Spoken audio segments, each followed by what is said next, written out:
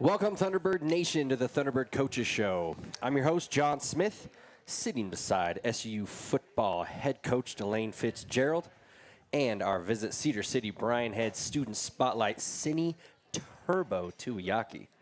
Welcome to the show, Seni. Thank you. And you too, Coach. Thanks for having us. Yeah, absolutely. First off, big Saturday, this last Saturday. Huge. Okay. Let me break it down for you. Okay. First off, golf, Sand Hollow, in the morning, incredible, beautiful weather. The company was great. Are we talking about this morning? Nope, Saturday. Okay. Saturday. You're saying last Saturday? This last Saturday. Okay. Just barely. Not this morning. Not the upcoming Saturday. The Saturday that just we're going to be in passed. Alabama next Saturday. I'm Okay. talking about this Saturday. All right. 7 birdies. Okay. Only finished 2 under, so we are not going to talk about the rest of it. 7 birdies. 7 birdies. They've started letting you play from the reds, haven't they? Well, full disclaimer, it was from the white tees, not from where I usually play in the back. But White tee, a little reddish tint to the white tees. No. Well, some were pretty short. Yeah. Yeah. A little reddish hue to the whites. Okay. Anyways, okay, so we're off playing golf. Life is good. We put on the Cedar High Manti State Championship game.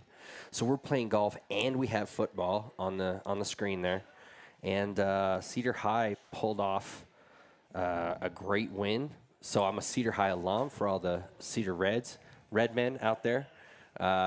It's a banner. It was a banner weekend. Okay, so let's talk a little bit about the Cedar High situation before we get into what happened in the evening. But I'm just it's a show that I have a microphone on, so I'm going to talk about it. Here's the deal. It has been 75 years since Cedar High last had a state championship in football. It was a great game. Manti, hats off. They weren't really even supposed to be there, according to most of the media. They beat Morgan in a massive semifinal game. Maybe took something out of them, but they jumped on Cedar High early, and it was a gritty performance from the Reds. They came away with a 41-35 victory. They finished the 25 season 13-0. I mean, those kids are going to be talking about that when they're our age, about their 13-0 perfect season state championship. Really cool. Congratulations to the Cedar Reds. It is something that can never be taken away from those young men. Very cool. On the Manti and their situation, had some kids banged up earlier in the season. Got young men back from injury and went on a run to make it to the state title game. And then with Cedar, led by Ty Hyatt, former player and coach Ty Hyatt is their head coach and done a nice job of turning that program around. One of your former players. We actually played for me and coached with me for a long time. That's right. And he coached here at SUU. He was our OC here for one season. And then great job by the defensive coordinator, Coulter Evans, who is one of the best defensive players, linebacker, safeties that I've ever coached, and one of the best players in Southern Virginia history, but also played for us and did a great job and has now become, he's a better person, but he's a really good football coach. It kind of sounds like you're taking a little credit for the coaching staff at Cedar High. I think did they follow you out here? No, with those 2 young men, okay? With those 2 young men, I don't want any of the credit for it. But here's what they've done. They've overcome coaching. They've overcome poor coaching. Yeah. Ty and Coulter have overcome all the bad habits. It's really cool, though, to see your coaching tree. You know, those guys that you've had opportunity to coach and then coach with go on and have great success here at the high school level. Sam Elliott, also former SUU coach and Cedar High alum, SUU football player, just keeping Cedar City in his mind as he goes up. Almost the whole staff. Almost the whole staff cool. has SUU ties. Mm-hmm. Yeah, and you only mentioned one of them. So now name the 10 that you're leaving out. Not going to happen. I'm picking on you. Yeah, I only know Sam and Ty. Trevor. Who? Trevor. Shout out Trevor. Yeah. Yeah, Trevor. Am I saying his name wrong? T-Money. I have no idea who you're talking about. The guy we met on Friday. Oh, yeah, Trevor. Yeah, I had it right. Cool. Great story. And here's what's really cool in a small town. So they hit the Iron County border through I-15. Boom, police escort off down the freeway. And then it spreads like wildfire. This town was hungry for any type of state title in football. And parade down Main Street, fire trucks blazing, It was epic. It was so cool. Now, I've only seen video because my heart was with the Thunderbirds and what they were accomplishing. So I've got golf. I've got my alma mater winning the state championship, and the cherry on top, SUU victory. As we can see by your beautiful mustaches. My heart was with the Thunderbirds. Yeah. It was. He chose to play golf over going to watch his alma mater in the state title game. And then he wants to spend 15 minutes of the podcast talking about it. It was a beautiful day. John, I'm not. the bandwagon already whatsoever. went through town, and you didn't get on. All And now apologies. you're trying to jump on the bandwagon. They're gone. I've got no apologies. I did what I did, and I enjoyed it. 7 birdies from the Reds. Go Reds. Hey, you get 7 birdies a season. I don't want to hear about it from you. That'd be a really good summer for me. Ernie's is more than just a gas stop. It's your one-stop spot for fuel, fresh food, and friendly service. With locations across southern Utah, including one right here in Cedar City, Ernie's makes it easy to fill up and fuel up. Don't forget, Ernie's is home of the world-famous chicken strips, a local favorite that keeps fans coming back. Proudly supporting SUU athletics and proudly serving our community. Stop by Ernie's in Cedar City today. Let's talk Southern Utah University football, Coach. It was senior day. Excuse me, I think I've got a little allergy. I am a little allergic to mice and rodents. Here we go. Whatever's going on below your upper or your nose there. The mustache is on. It's on fire, and that just means we won another week, and that's phenomenal. Coach, let's talk about the game. Central Arkansas came into town, senior day. Break it down for us. Yeah, one of the more talented teams in the conference, and they're really good at skill position. We think we have the best tailback in the conference. I think Central Arkansas maybe has the second best tailback in the conference, and they're big up front. Good wide receivers, John, and they gave us some fits. That they gave us problems early. They are balanced and athletic on defense, and they were giving us problems on both sides of the ball. I'm not gonna go say we played down to the competition. We just didn't play up to our potential on Saturday night. Saw some seniors go through senior night and then get emotional, which was the first time maybe in my career that I've seen that. But we didn't handle senior night very well to begin with, and some of them rebounded and played well in the second half. But we come out and we're down 7-0, and then we tie the game 7-7, and then we go up 14-7 on them. And Josh Dye is having a regular first half. 2 rushing touchdowns. They score late in the half, and then it got real chaotic. The last 2 minutes went back and forth with turnovers and 3 and outs, and we threw an interception in the end zone we're gonna go into halftime up, and we threw an interception in the end zone that shouldn't have happened, but real chaotic at the end. We go in at halftime, it's 14-14, and you give all your normal adjustments, and then the head coach gives the normal speech, which we've talked about. Doesn't mean a whole lot. But we thought the team that really wanted it for the last hour and 20 minutes was going to be successful. Yeah. It's cold, the wind's blowing, it's raining. It's a football atmosphere at our place. And playoff atmosphere. Playoff, that's exactly right. But we thought the team that really wanted to be successful was going to be successful. We come out in the second half, and what do? We give up a score on the first drive. First drive of the second half. And I grown to believe that the last 4 minutes of the first half and the first 4 minutes of the second half are really important. They call it the middle 8. Well, our middle 8 wasn't very good.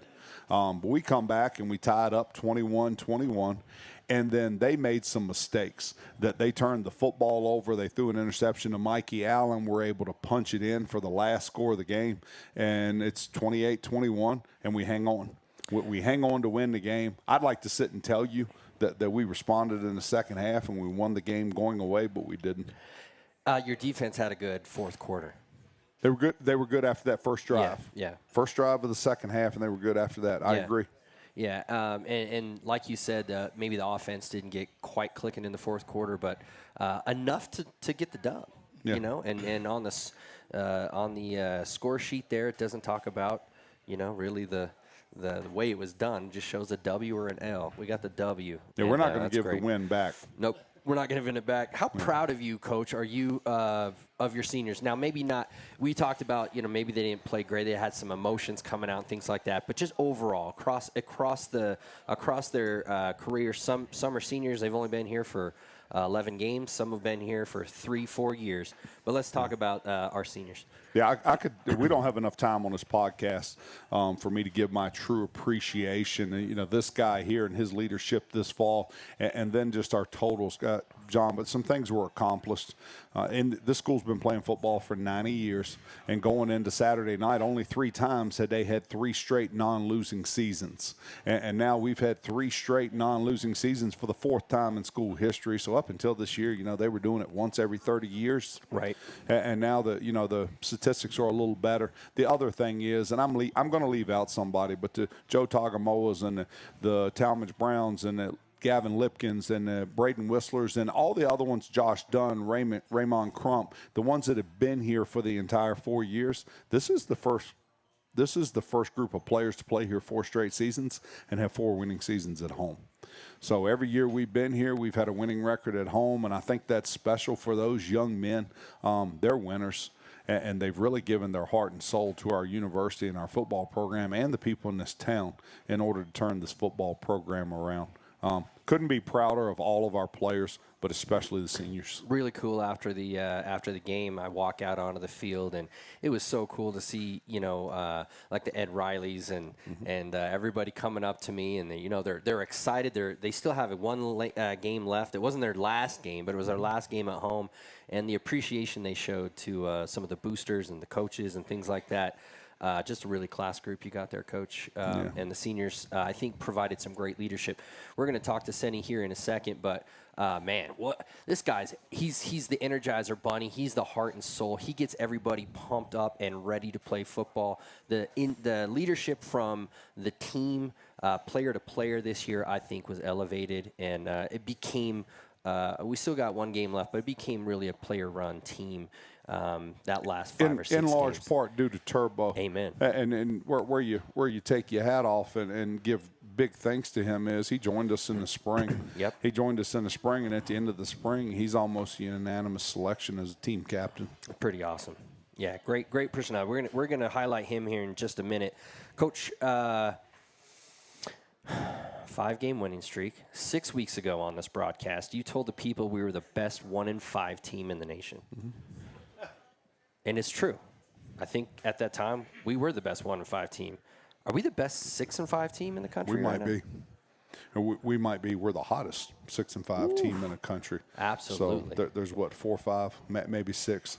There's 6 FCS teams in the country with a longer winning streak than us right now. Yeah. We're on it. We found it. We're on it. Let's. I don't know. I'm a little. What's the word? You can never look backwards. You really got to tear the rearview mirror off on this thing. But I'm sure there's some plays and some things you'd like to have back. But at 6-5, going into the last game, possibility of a 6-game winning streak. We'll talk about this in a second. But man, there's still some possibilities left for us. You know what I'm saying? Let's go into our next segment. Coach, is there anything else you wanted to talk about the seniors or Central Arkansas? No, love those young men and very thankful for all they've given to us. Fantastic. Just a few observations to wrap it up on my end. That Landon Chambers kid over on the other side of the football is a good football player. Boy, isn't he, though? Holy cow. There's a difference in our coaching staff and their coaching staff. Josh Dock touched it 40 times the other night. Landon Chambers got the ball 19 times. If he was our tailback, it'd be 38 at a minimum. And he had 119 We'd hand it to yards. him twice before the game ever started. 119 yards and 2 touchdowns, only touched the ball 19 times. Yeah, anyway. my high school coach back home, and my high school coach, he'd find a really good player, and they'd turn around and hand it to him 40, 45 times a game during his career. But one time we had a tailback in Nelson County, Virginia, and he's tapping his head. And one of the assistant coaches yells out there and says, "Shut up, put your hand down, and you're getting it again. Don't ask out, and we're going to hand it to you on the next play." So we'll give Landon Chambers his flowers. He played really well. He's a really nice player over there on Central Arkansas's team. However, we have a team full of great players on our side of the football. Bronson Barron throwing 77% completion. to Devin Downing, who had a great game. Kind of quiet, 5 catches, 70 yards. Well, we talked last week about Henry Harper, and Eastern Kentucky thinks Henry Harper is a great player, and we like Henry. Don't get me wrong. Okay, but he plays really well against him. And then Devin Downing. Yeah. Devin Downing comes out of the woodwork against Central Arkansas each year. He beat Central Arkansas on a long touchdown catch last year. That's right. And then on Saturday, he was at it again versus them. Maybe he just doesn't like purple. So they're both back next year. We need Henry to approach every week like he's playing Eastern Kentucky. Yeah. And Devin every week like he's playing Central Arkansas. Gabe Nunez had a solid game as always. 6 catches, 73 yards. And look, the elephant in the room, Josh Dye, dominant again. You did let him have plenty of opportunities, but he made the most, going 188 yards for 3 touchdowns and setting the SUU single-season touchdown record with 24. That's a lot of touchdowns. It's a lot of TDs. Yeah, a lot of touchdowns. And, the young man's still hungry. Got to feed the pig coming up this next week. Let him roll. On the defensive side of the ball, Mikey Allen, spectacular interception. He's in the back pedal, ball's in the air, tips it up to himself, falls on the ground, contorts the body, makes the catch. Honest to goodness. It was the coolest play I've seen. In our state of euphoria, and I'm never going to be dishonest about things, and really happy for all of our young men. If Bronson reads the RPOs correctly and makes the right throws or handoffs on Saturday night, he might throw for 95%. He knows that. And then with Mikey, and Mikey's one of my favorites, and we brought him from back home with us when we came here. Mikey wasn't very good in the first half on Saturday night, and just wasn't ready to play and didn't play very well in the first half, and they exploited him a little bit. He goes in at halftime and gets his mind right and comes out in the second half and was dominant in the second half. He had a couple of third and fourth down breakups, and then he had that circus interception that's fun to watch over and over and over again. Spectacular. It's, ladies and gentlemen, Thunderbird Nation, it's my job to pump up the balloon.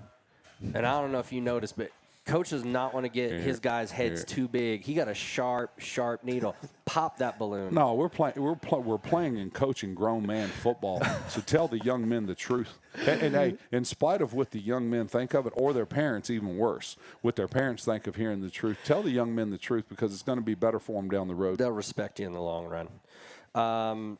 So perfection eludes us still. We got another game to try to get to it. But Henry Harper, another nice game. He had a sack and 2 TFLs. If coming on the show is any indication, our guests usually have a really decent night the next time they go out and strap. You're going to have a career day. Are you ready, Saturday. Can't wait. I'm ready to go. Are you ready, my guy? All right. Baron Taylor also led the team with 8 tackles. We haven't said his name a lot this year, but also had a really nice game. Baron is a good sophomore player, John. Going to be better going forward. Growing into his role. Yes, he is. And then this is the stat. I keep banging the drum. I keep gushing about it, but we're 6 games in from that little adjustment you guys did. 17 points per game average over the last 5 wins. Pretty good for defense, man. I'll stop gushing about it because I know. Well, I'm sitting around banging the drum about what would those points per game be if we played well in the first half. Yeah, exactly. Stupid. 17 points. It could have been 12 or less. That's exactly right. I know. I can't believe we didn't do it. When it comes to smiles, Thunderbird fans know who to trust. Webster Orthodontics, the preferred orthodontist of SUU athletics. They're the reason Thor the Thunderbird has that beautiful game day grin, and they can do the same for you. Whether it's braces or Invisalign, Webster Ortho provides personalized care and outstanding results, proudly supporting SUU athletics and our community. Visit WebsterSmiles.com today to schedule your consultation. Webster Orthodontics. Show off that Thunderbird smile. We have Seni Tuiaki sit next to you. He's got a presence. He's got an aura, I feel. Do you feel that? An ambiance. Yeah. You use all the big words. Electricity comes from the man's smile. No. Kindness exudes from his eyes. He's just a handsome guy. No, thank you. Yeah. Absolutely. Seni Tuiaki, welcome to the show. Thank you. Thank you. You are the Visit Cedar City Bryan's head student spotlight. Let's get to know you a little bit, buddy. Let's talk about where you're from, man. Where's home? And we always ask our student spotlight, what was their journey to get here to Cedar City? Sounds good. First off, thank you, John. Thank you guys, Coach, for having me on the show. It's an opportunity. I am from Salt Lake City. Was born and raised in Salt Lake City, Utah. In 2000, went to East High School. Right after high school, I was committed to Utah State down in Logan.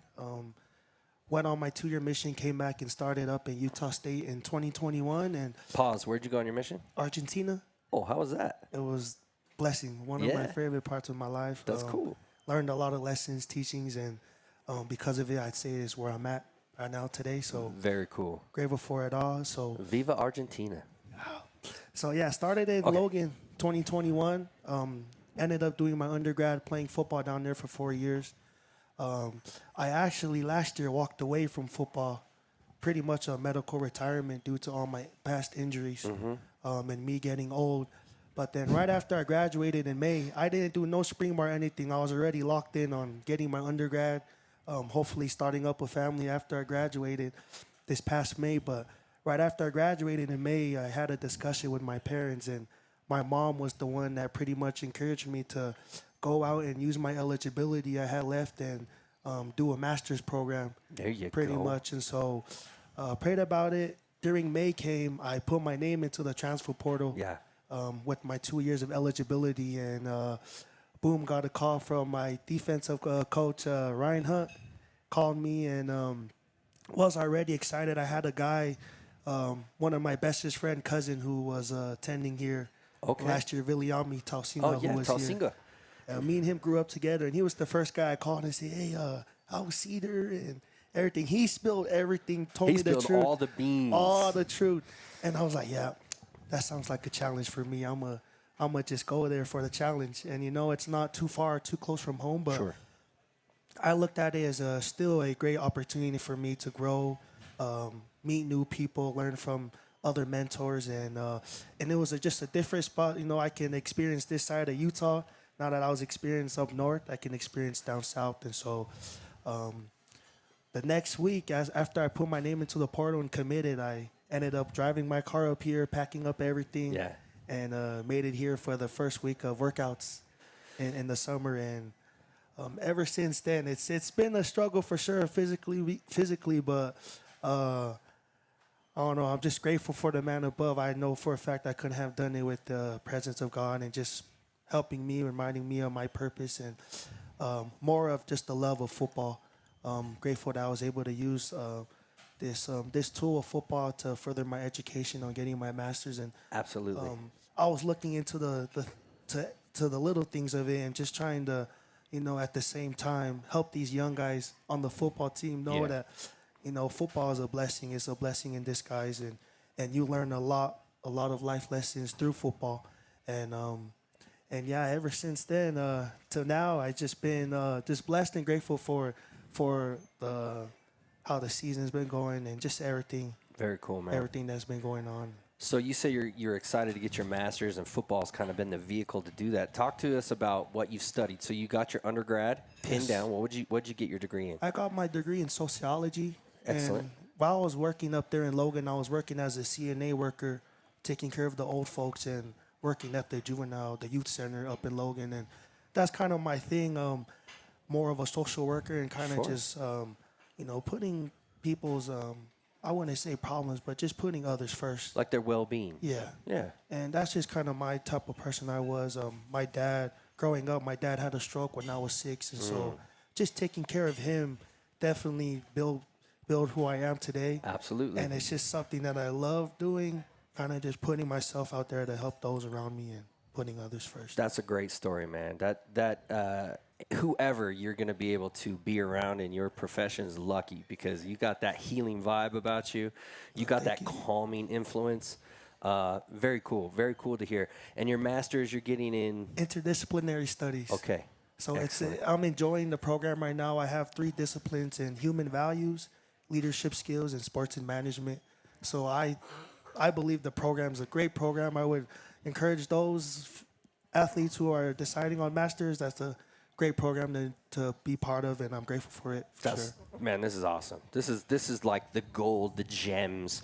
I love to talk to guys like you that really understand the full picture and the full purpose, and love that you're here playing football. Obviously a great player, also a great person out doing the good work. You know what I'm saying? Yeah. Love to hear it. You guys went on a 5-game losing streak, and now you're on a 5-game winning streak. So tell us a little bit about the unity and the leadership. What happened? The change that came about the team. You were really pivotal, in my opinion. I've been able to kind of observe and see what goes on in that locker room. What happened to turn that thing around from the inside? Give us the inside scoop. Man, so I'd say, we were, in the beginning of the season, we were doing a defense, was a player-ran defensive meeting where we would watch film at Sebastian's house and Ricky Rich's house. And it was something that us as a defense wanted to do, more of the bonding, but more of as this is a sign that we're all dialed in. And I say during that bye week, we were still watching film, and I just had an impression that night when we talked, that I talked to the guys there, and I just spelled out everything that was just coming from my heart, letting them know that we can actually change the season after this bye week. And what I told them, especially for the seniors, was this could be their last 6 games of their lives, you know, as being a seniors, whether if it's going to play for pros or just starting up a family. Sure. And so I felt like just me pouring out that vision of them, letting them know, like, you got to give it all your whole 6 weeks. Because I told them, like, I almost finished football. Yeah. Like, this was a blessing for me to come back and actually pursue football. And so I told him, like, even that spring ball, I'm not doing football, I missed football. Yeah. For a fact. And I let them know, like, this could be your last 6 weeks of your life playing the game you loved ever since you were 8 years old. And I felt like me pouring that to them, let them know that being in the moment, being present, where your feet's at is a blessing. Like, you could think about tomorrow or even yesterday, but forget where your feet's at. And so I feel like just me expressing myself to them that night, coming off of our bye week was a game changer for them. Like, I believe Mikey ended up getting, you know, I could see a change in his light where he started playing way better defense. Yeah. Lando, Sebastian, and so I feel like they just all lit up, didn't they? Yeah, so I think that's where it changed. And I told them, I'm like, if we could just have everybody on that same page of we don't get this for a long time. Like, this is just a little bit time of our lives, you know. Right. And so we came back after that bye week, and everyone was dialed in. ACU came to our house, told them to leave with the L. So that's where everything changed for a fact. And I can see a lot of the seniors were taking more of a internal perspective, responsibility of let's get this done. Yeah. You know, the thing that it kind of taught me is that your past performance doesn't necessarily determine your future, right? So that's a great life lesson anyway. It's a great opportunity to kind of put those things behind you, those losses, or maybe in life, maybe some bad decisions. It's not always it'll affect your future, but it's not going to determine it for you. And you can always turn around and you can go from 5 losses to 5 wins like that. Yeah. So very good message. We appreciate you for being here in Cedar City. Maybe, we won't go into it, but maybe we see a little more of you. We'll let the chips fall where they may. I'm 48 years old, so you got like 25 years to heal up from all them injuries. Like you said, you only get that little tiny window in life, and it's a great tool to better your education and better your status in life. So we really love that you came here to Cedar City. We appreciate your leadership and your football, your dedication, your sacrifice to our team. Ladies and gentlemen, that's Seni Tuiaki. What a great guy, man. That's like maybe the best interview of the year so far. That was really cool. Coach, I have a question. This is the Pizza Hut piece of my mind question. If we take care of business against North Alabama, we got a chance. We got a chance to play a little more football. We're mathematically alive. But our chances are slim. But we're mathematically alive, and there's 6, 7, 8 teams have to step on themselves on Saturday for us to get into the playoffs. John, it's been a fun ride to get back into that conversation. And what we need to do is continue to focus on what we focused on, which is North Alabama. Yeah. Like Seni said, where your feet are right now. We can worry about that after this week. But we don't have any control over it. It's a great topic for a podcast. A committee will get on a big conference call on Sunday morning, and they'll determine who the 24 teams are. Right. And I'm going to get this wrong, but the top eight get a bye. Sure. And then from 9 through 24. Mm-hmm. From 9 through 24, the next 16 play each other. They seed them all out. Yeah, that's each cool. other. Well, look, because maybe some voters, some sports writers are listening. There's not a hotter team in the country. Five wins in a row, headed for 6 next week. Maybe we can pull that off and give them something to write about on Saturday night and selection show on Sunday morning, I believe. Sure. Man, wouldn't it be great? It would be a great story of perseverance, and it'd be a great story of the opportunity to be hot and keep going. You never know. You never know. So you're saying there's a chance. There is a chance. All right. Speaking of North Alabama, the Lions and head coaching, you have some history. What's that all about? I was the head coach's offensive coordinator in Tennessee 20 years ago. I was Brent Dearman's. He was our quarterback at Bethel University, conference championship team, multiple-time playoff team, but a great college quarterback. And then Brent's done a lot in the coaching profession since then.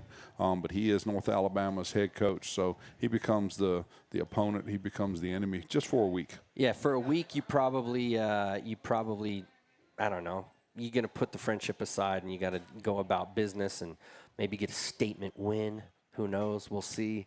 But I'm sure there's nothing but love and respect 51 weeks out of the year. Brent and I are very close, and yeah, we understand how one feels about the other. Extremely proud of the family that he's built and the young man that he is and the football coach that he is. That's another branch of the coaching tree right there. So we were talking about that earlier, your impact as a coach. And again, Brent Dearman has done a lot to overcome my coaching. You're just teaching them perseverance. Here's one. Brent will enjoy listening to this, okay? I am one of the foremost authorities in this country on running power, and I can run power at you out of 35 different formations and another 12 different personnel groups, and I can run it at you 6 different ways. And Brent doesn't run any power. He said enough of that nonsense. He is one of the foremost authorities on RPOs, run pass options. And I hear RPO, and sometimes it makes my skin crawl. So Brent does a great job, and he's a throw game guy, and it does a great job. Yeah, I just turn around and hand it to Targi Lamson, and then hand it to Josh Dye. Just turn around and hand it. So it sounds like you know each other's tendencies. How's that going to play into the game this week? Yeah, there's not a lot of secrets between the two schools. Right. John, they're well coached. They have young men that play hard on each side of the ball. And probably the biggest thing is the way they played at home this year. They've won 2 home games. They absolutely beat the brakes off of Eastern Kentucky at home a month ago, earlier this year. And then they had an opportunity 2 weeks ago, to beat West Georgia at home. Yeah. In a game that was very similar. West Georgia pulls it out at the end, just like they pulled out the win at the end against us. John, if we're big-headed and we're lazy and we're not ready to play for 3 hours and be physical and execute our assignments, we're going to be in trouble on Saturday because they're going to play well at home. The last part of this is the hardest thing to do in college football is go on the road and win a game in bad weather. And we have a really good chance at having bad weather on Saturday. So we're going to have to be mentally and physically tough in order to be successful Saturday. Yeah. We talked about, we had seniors, right? And it was our last home game, but this is the last opportunity to lace them up with your brothers. I know Seni will have them rocking and ready to go. And like I said the other day, you got to wake up Saturday morning with some bad intentions and get after those boys and pull one home and make the riders, have a tougher decision come Sunday in the selection show. So anything else we need to know about North Alabama, Coach? Well, it's located in North Alabama. Good call. I don't even know the town. I feel bad. Florence. No, I did know that, actually. 20-year home of the Division II national title game. They have a nice stadium, but it's extremely old. Yeah. Saturday will be the last college game in that stadium. And then North Alabama next fall moves to a $100 million facility on campus. have an administrative backing and putting in football facilities and doing things right. So congratulations to them. But we'll close. We'll close a very legendary stadium that's seen 15 to 20 national title games there. Well, hopefully we close it with a big L on the way out the door when we slam it shut. So anyway, let's get on to shout-outs. If there's nothing else on the North Alabama game, wrap it up. Seni, you got any shout-outs? Shout out to your people, your family? Yeah, shout out to my parents, my family back at home in Salt Lake.